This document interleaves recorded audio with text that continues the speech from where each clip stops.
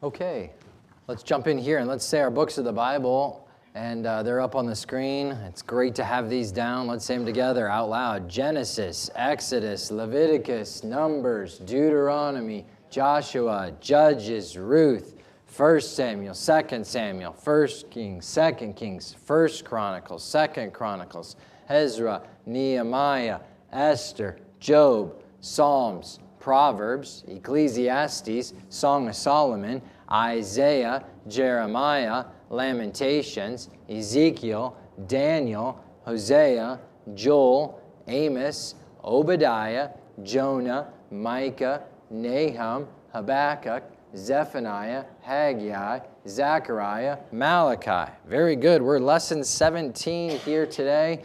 Lesson 17 on our journey through the Bible.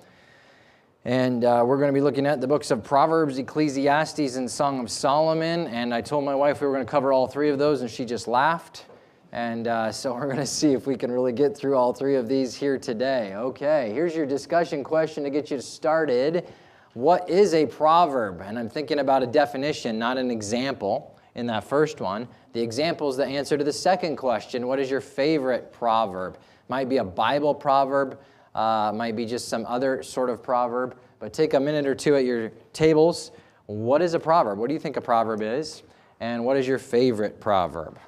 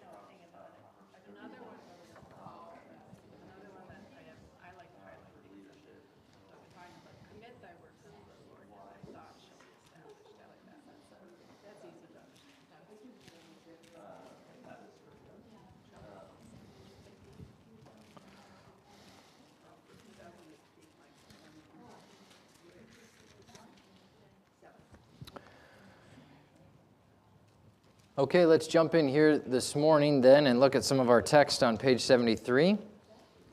Page 73.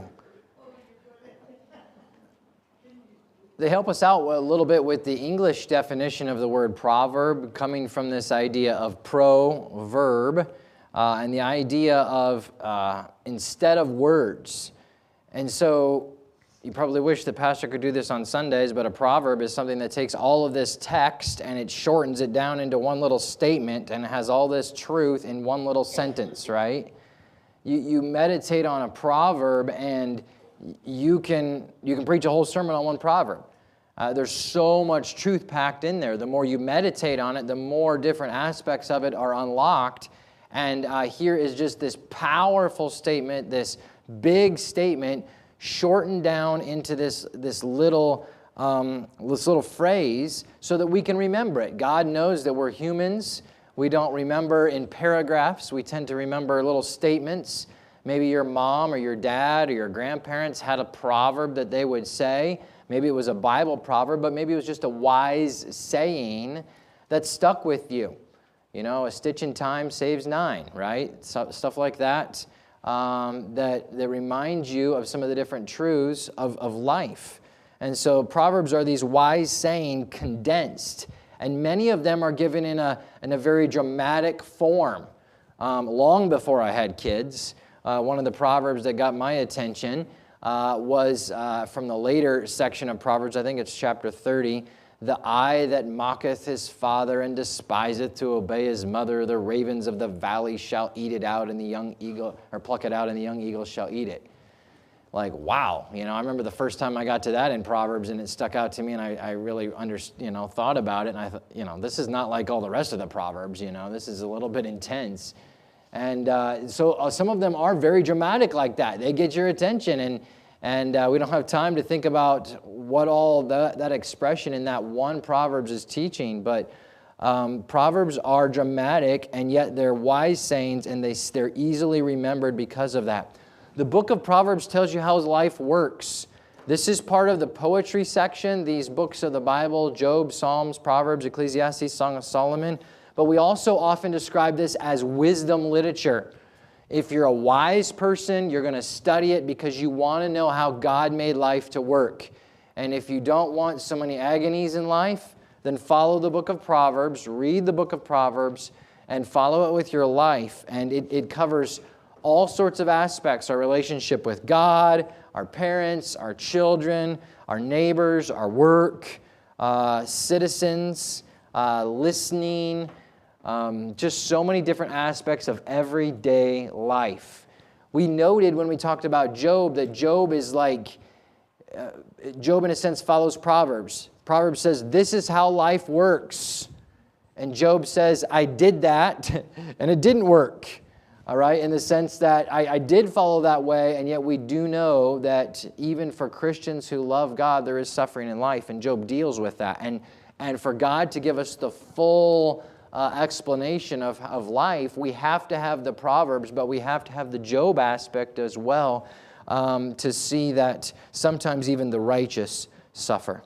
It's written by Solomon, and let's flip back real quick. We'll double dip here to 1 Kings chapter 4. You see that reference in that third paragraph. 1 Kings chapter 4. Solomon comes to the throne. Many people believe he's probably a teenager, a really young guy. We talked about this before when we were back in the Kings. And so let's go back to 1 Kings chapter 4. And of course, God asks Solomon, what do you want? And he could have asked for wealth. He could have asked for the life of his enemies. But instead he asks for wisdom. And shortly thereafter, God says this, 1 Kings chapter 4, verse 29. And God gave Solomon wisdom and understanding exceeding much, and largeness of heart, even as the sand that is on the seashore. And Solomon's wisdom excelled the wisdom of all the children of the east country, and all the wisdom of Egypt. For he was wiser than all men, than Ethan the Ezrahite, and Heman, and Calcol, and Darda, the sons of Mahol, and his fame was in all nations round about.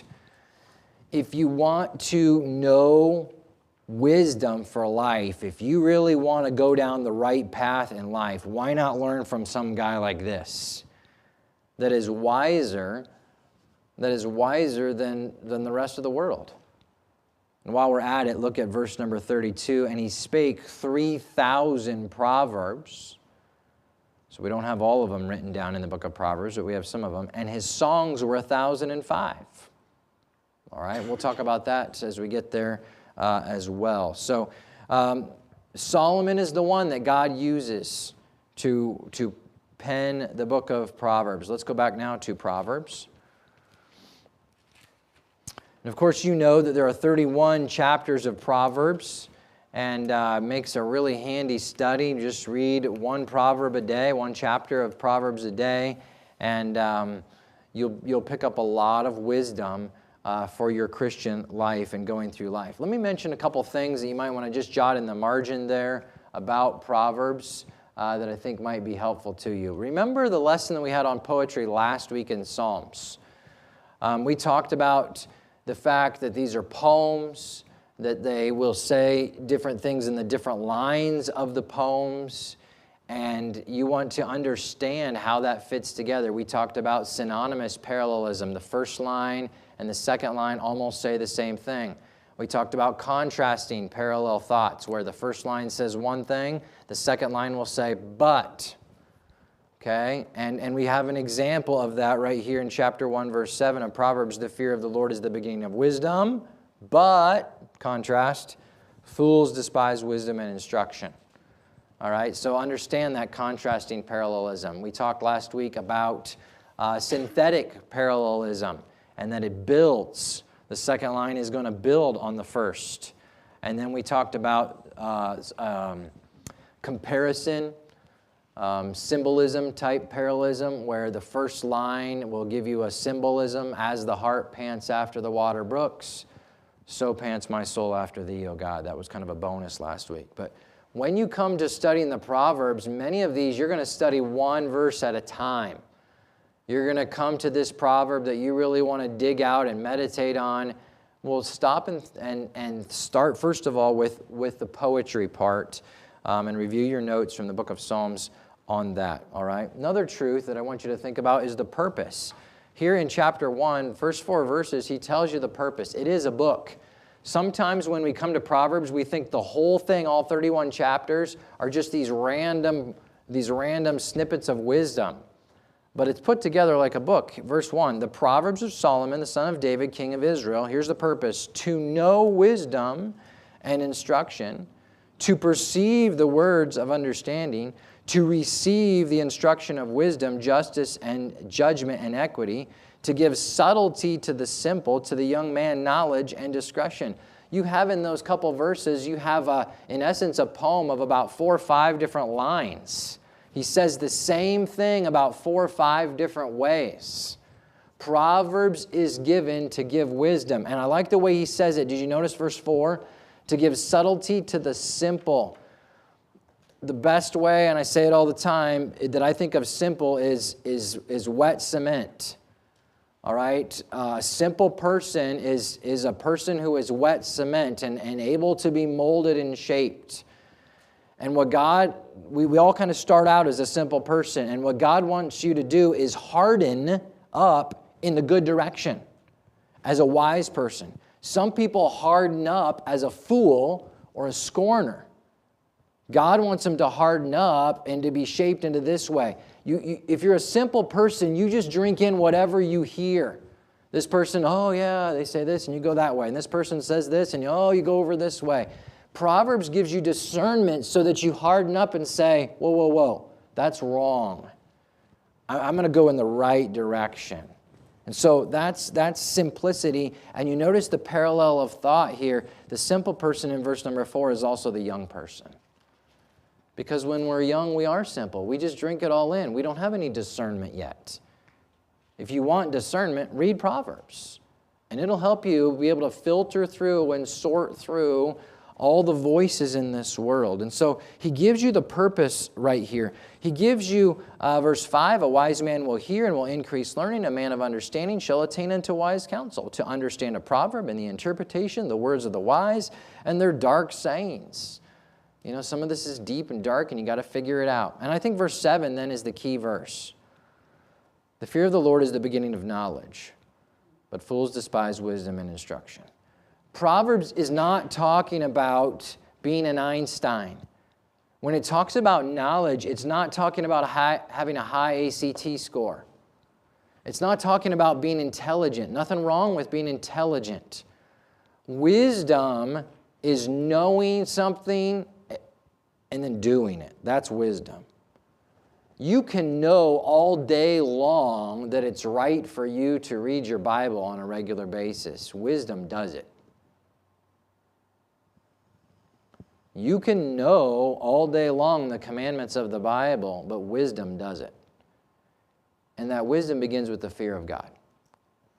And so much of our world today wants to be intellectual, they want to be scientists, they want to be geniuses, but they do not start with God, and they miss out on so much because it's the fear of the Lord that begins wisdom, is the beginning of knowledge and wisdom. By the way, chapter 9 and verse number 10 is basically a repetition of that same verse. All right, so understand a little bit of the key concept that is here. Understand that in chapters 1 through 9, there's a lot of flow of thought in chapters 1 through 9 of Proverbs. You get to chapter 10, and all of a sudden there you start getting those individual proverbs, one verse at a time. They kind of just are all tossed in there. But in the first 9 chapters, there's some concepts that he's bringing out. And one of those major concepts is ladies' wisdom and folly.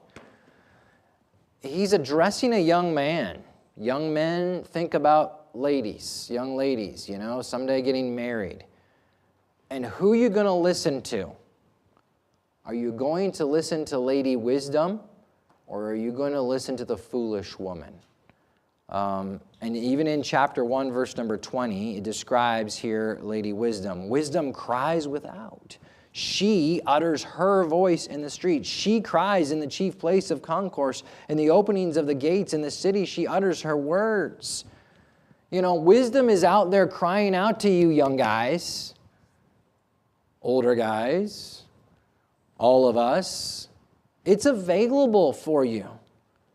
How long, ye simple ones? Remember the word simple. Will you love simplicity, and the scorners delight in their scorning, and fools hate knowledge? Turn you at my reproof. Behold, I will pour my spirit unto you, and I will make known my words unto you. Because I have called, and ye refused. I have stretched out my hand, and no man regarded. And on and on. For sake of time, we can't keep going there. But Lady Wisdom is crying out to young men, crying out to all of us, will you take the wise path? All right, so that's a key concept. And if you want to follow the foolish woman, then symbolized here, this foolish life, you're not going to listen. You're going to do your own thing and go down your own path in life and be a scorner.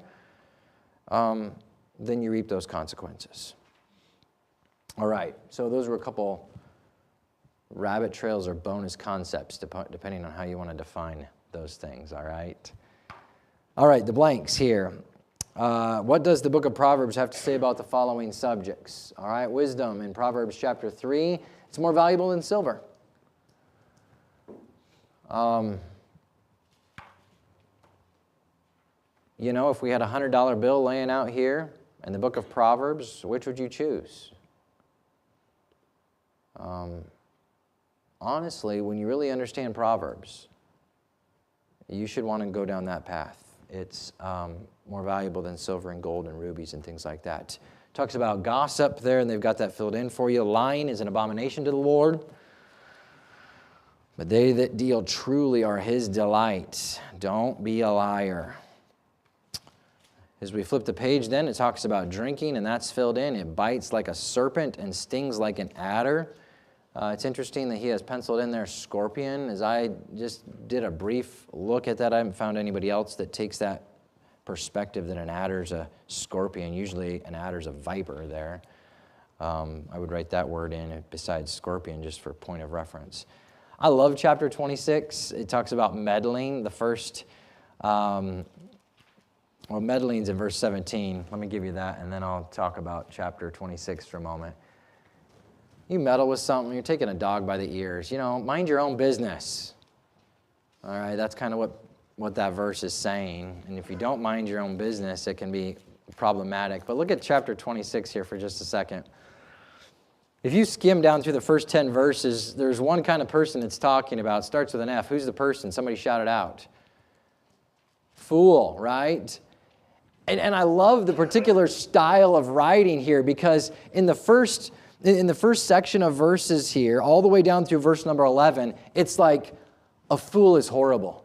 Oh, a fool is terrible. A fool is so bad. And of course, we know a fool is somebody who just won't listen, right? They won't listen when they're reproved. And it's just over and over and over. A fool is terrible. It's awful to be a fool. Don't ever be a fool. It's terrible to be a fool. And he just goes on and on and on about saying how horrible it is to be a fool and not listen. Verses 1 through 11. But you got to understand the writing style here. You get to verse number 12.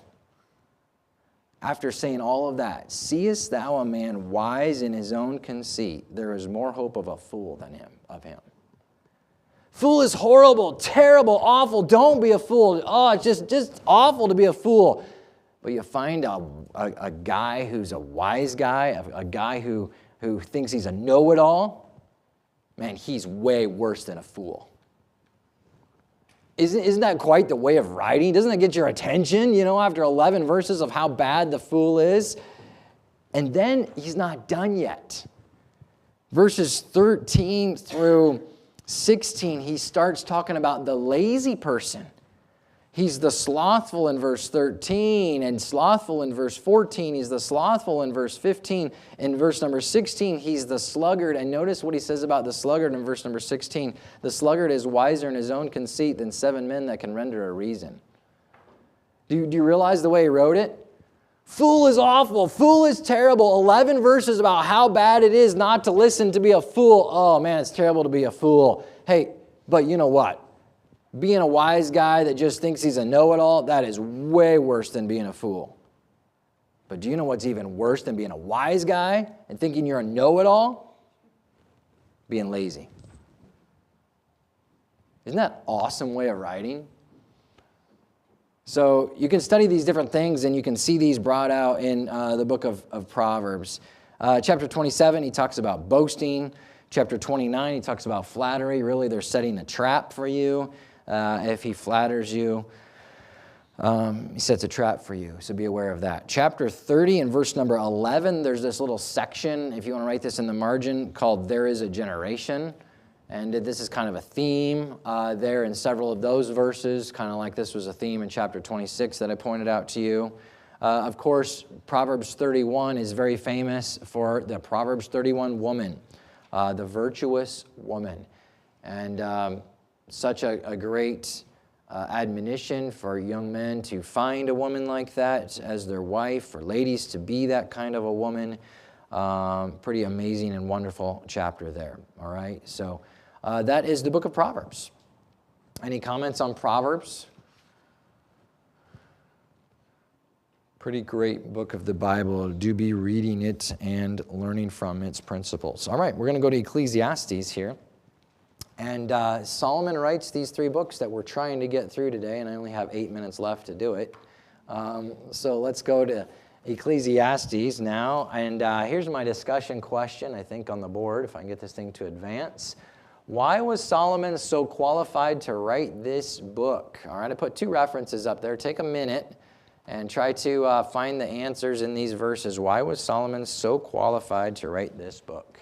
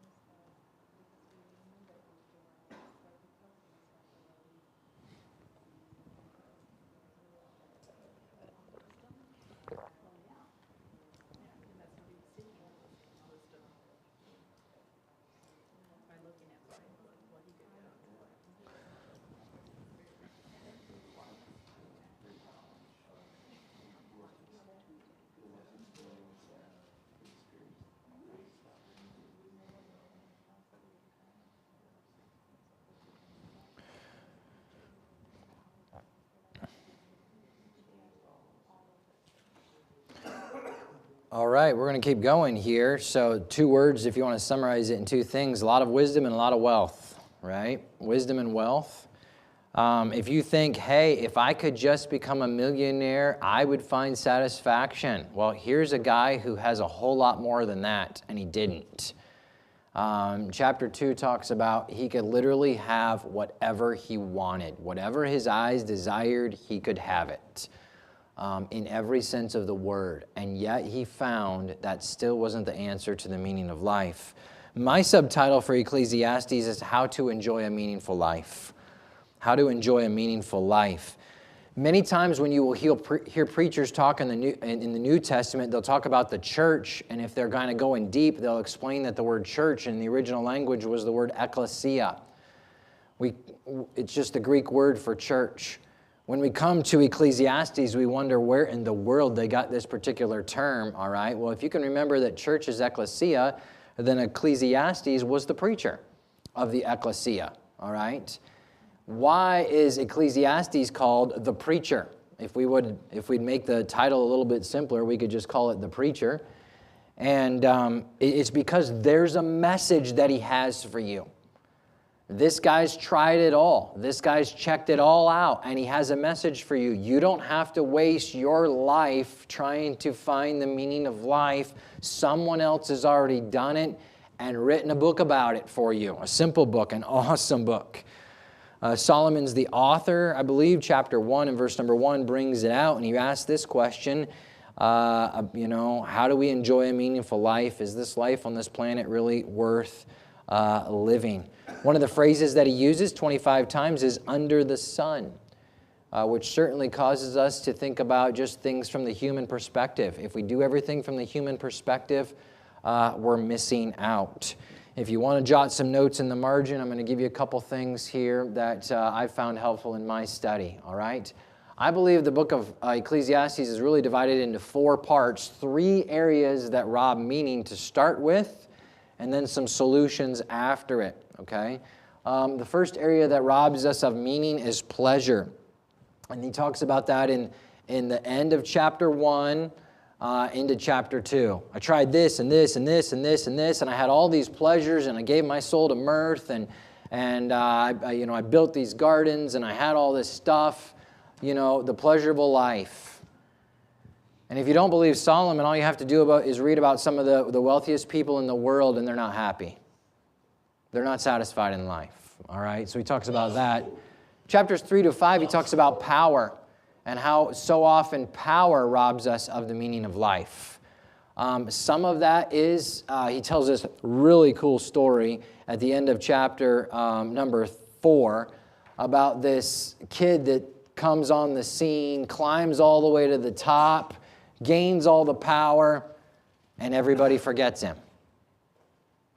He had it all. And after a while, he's forgotten. The answer is not in power. On the other hand, sometimes people are oppressed. The powerful people in this world just rub them under their thumb, just crush them. Power can rob people of the meaning of life. The third one in chapter number 6 through 8 is pain. He talks about all the pains and death and things like that robs people of meaning in life.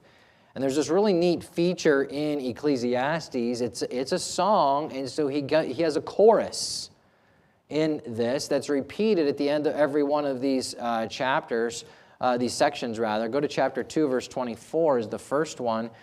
There is nothing better for a man than that he should eat and drink, and that he should make his soul enjoy good in his labor. This also I saw, that it was from the hand of God. He's not just saying eat, drink, and be merry. What he's saying is just enjoy the everyday things of this life. You don't have to have a mansion. You don't have to have epic world vacations. Just enjoy hot chocolate and some homemade chocolate chip cookies. Just enjoy the everyday pleasures of life. So he gives the chorus there. At the end of chapter 5 and verse 18, if you want to flip there, he gives the chorus again. Behold, that which I have seen, it is good and comely for one to eat and to drink and to enjoy the good of all of his labor that he taketh under the sun all the days of his life which God giveth him, for it is his portion. All right, and so those 3 verses there, we don't have time to talk about 18, 19, 20, but that's the chorus, and then he gives it one more time. You can kind of remember it because it's 5:18 and then 8:15. similar numbers there. Then I commended mirth, because a man hath no better thing under the sun than to eat and to drink and to be merry, for that shall abide with him of his labor the days of his life, which God giveth him under the sun. Enjoy everyday life there. So he gives these choruses that kind of tell you where the big sections are in the book of Ecclesiastes. After he's talked about pleasure and power and pain, then the last section in chapters 9 through 12 are the different suggestions that he makes in life. For example, one suggestion that he makes is that so oftentimes people say, well, hey, if there's no meaning in life, if all of this is so empty, then I'm just going to go live wild and crazy, you know? Just go do whatever you want. I'm trying to remember all the different expressions. Is it que sera, sera, or, stuff like that. Just live wild and crazy. And he has a whole chapter in there, I think it's chapter 10 on, don't live like a fool. That's not the answer either. Don't live like a fool. He comes down, and man, there's so much more we could say here. It's an awesome book. But he gives the conclusion of the whole matter. Go to chapter 12. What's his point? Verse 13. Let us hear the conclusion of the whole matter. Fear God and keep his commandments, for this is the whole duty of man. For God shall bring every work into judgment with every secret thing, whether it be good or whether it be evil. He says the point is God. And pleasure and power and pain are intended to point you to God. We live in a broken world. We're going to talk about that more this morning. We live in a broken world. There's a lot of pain and agony and suffering in this world. And as agonizing as it is, God uses these broken things to point people to say, listen, there's got to be something more than this. There's got to be something better. I'm a billionaire and it doesn't satisfy. There's got to be meaning in life. And it points people to God. Ecclesiastes is really a gospel tract. And in fact, our church has these little black gospel tracts in the track rack back there with a yellow title that says, How to Enjoy a Meaningful Life, with 3 real-life stories about pleasure and power and pain. And you can give them out to people and say, hey, I just want you to enjoy a meaningful life. Can I leave this with you with 3 true stories about it? And that's why God gave us Ecclesiastes. Pretty awesome book. I didn't give you all the blanks. Most of them you can fill in on your own anyway. And my wife was right. We didn't get through all of them. But we got 2 out of 3. All right, we got 2 out of 3. So we'll pick up with Song of Solomon next week and maybe some of Isaiah. Father, thank you so much that in this broken world you point us to the right answer and that Jesus does satisfy. That we can rejoice in the Lord always. And again, I say rejoice. We thank you for your word. In Jesus' name, amen.